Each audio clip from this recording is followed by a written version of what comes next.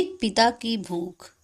5:30 बजे को ऑफिस खत्म होने के बाद मैं सीधा घर नहीं गया था क्योंकि मुझे मेरे दोस्त का फोन आया था जिसने मुझे राजा रानी वड़ा पाव की शॉप के सामने मलाड में रुकने के लिए कहा था।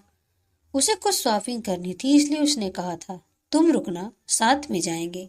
हम दोनों हमेशा एक साथ ही शॉपिंग करने जाते थे। उस शॉप के पास पार्किंग के लिए परे लली कुछ लोहे के एंगल लगाए हुए थे। मैं उन्हीं पर चढ़कर बैठ गया और अपने दोस्त का इंतजार करने लगा।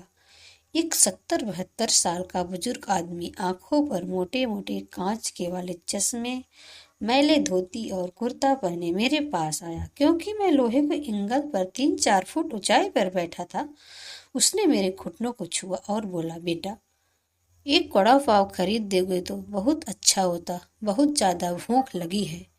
मैंने जब उस बूढ़े आदमी की तरफ देखा तो वह मुझे रोजाना दिख रहे भिखारियों से नहीं लगे। उन्हें देखकर ऐसा भी नहीं लग रहा था कि वह हर दिन भीख मांगते होंगे।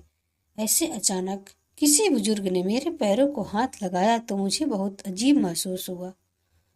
मैं तुरंत एंगल से कूद कर नीचे खड़ा हो गया। मैंने अपने जेब में हाथ डाला और 50 रुपए निकाल कर उस बुजुर्ग को देते हुए कहा, अंकल, आपको भूख लगी है तो यह लीजिए 50 रुपए, कुछ खा लीजिए। बुजुर्ग ने कहा, नहीं बेटा, पैसे मत दो, बस एक वड़ा पाव ला कर दे दो, उतना बस है मेरे लिए। ठीक है, मैं ला कर देता हूँ, आप यहीं बैठिए, कहकर मैं राजा रानी वड़ा पाव की दुकान में गया और एक वड़ा पाव खरीद कर लाया और बुजुर्ग को खाने के लिए दिया।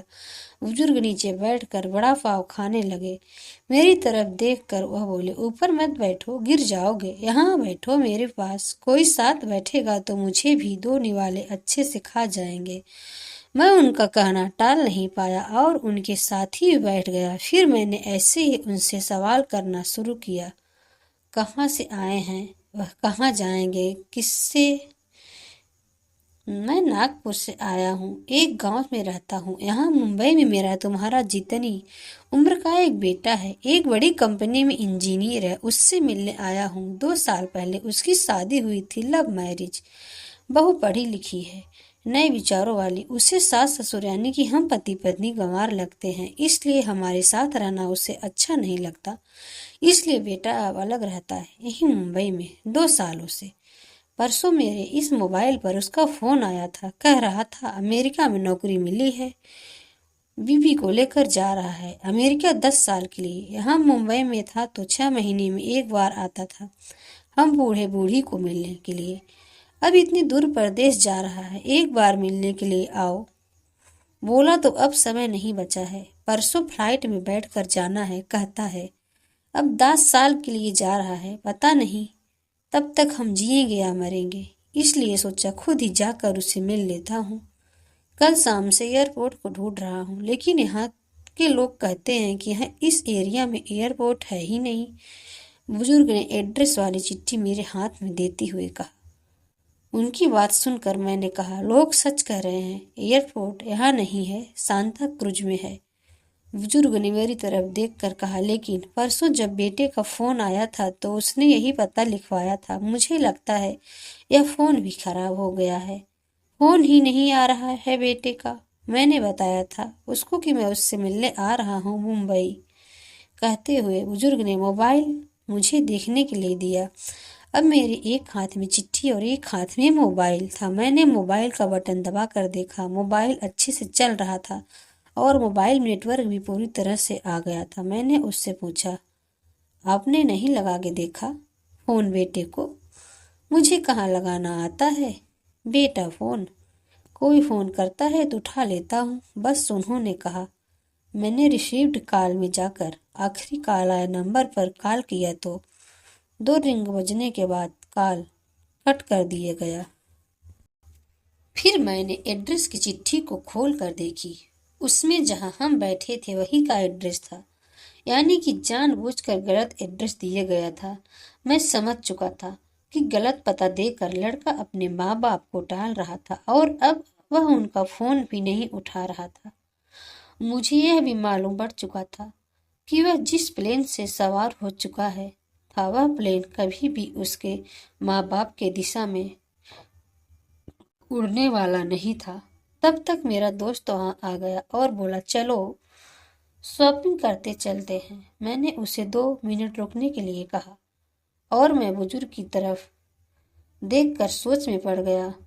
मैं समझ नहीं पा रहा था कि अपने बेटे के तरफ से होने वाली धोखेबाजी को यह बुजुर्ग समझ नहीं पा रहे थे या फिर खुद का बच्चा उनके साथ ऐसा व्यवहार कर सकता है, यह जो स्वीकार नहीं कर पा रहे थे। मैं बुजुर्ग से बोला, अब तक तो आपका बेटा जिस प्लेन में बैठा है वह उड़ चुका होगा। मुझे नहीं लगता है कि अब आपकी उससे मुलाकात हो पाएगी, इसलिए अच्छा यही होगा आप वापस अपने घर लौट जाएं और आंटी जी आपका इंतजार कर रही होंगी। मेरी बात सुनते ही अगले ही क्षण उनकी आंखें भर आई। आंसू भरी आंखों से वह मेरी तरफ देखने लगे। घर जाने के लिए भाड़े के पैसे देते हुए मैंने उनके हाथों पर हाथ रखा और पूछा, अंकल, मैं कब से आपके हाथों में यह डिब्बा देख रहा हूँ। क्या है इस डिब्बे में? मोतीचूर के लड्डू हैं। मेरे बेटों को पसंद है। उसके माँ ने भेजे थे उसके लिए खुद बनाकर, बुजुर्ग ने कहा। किसी खंजर से मेरे दिल को चीर कर मेरे अंतकरण को लहूलुहान कर दिया हो, ऐसी मेरी हालत हो गई। मैं निःशब्द होकर बुजुर्ग की तरफ देखता रहा और वहीं बैठा रहा। ये भाई चलना, देर हो रही है, मेरे दोस्त की आवाज कानों में पड़ी। तो मैं होश में आया और ऐसे ही उस भीड़ में उसके पीछे पीछे चलने लगा। घर पहुंचकर आधी रात तक मैं सो नहीं पाया।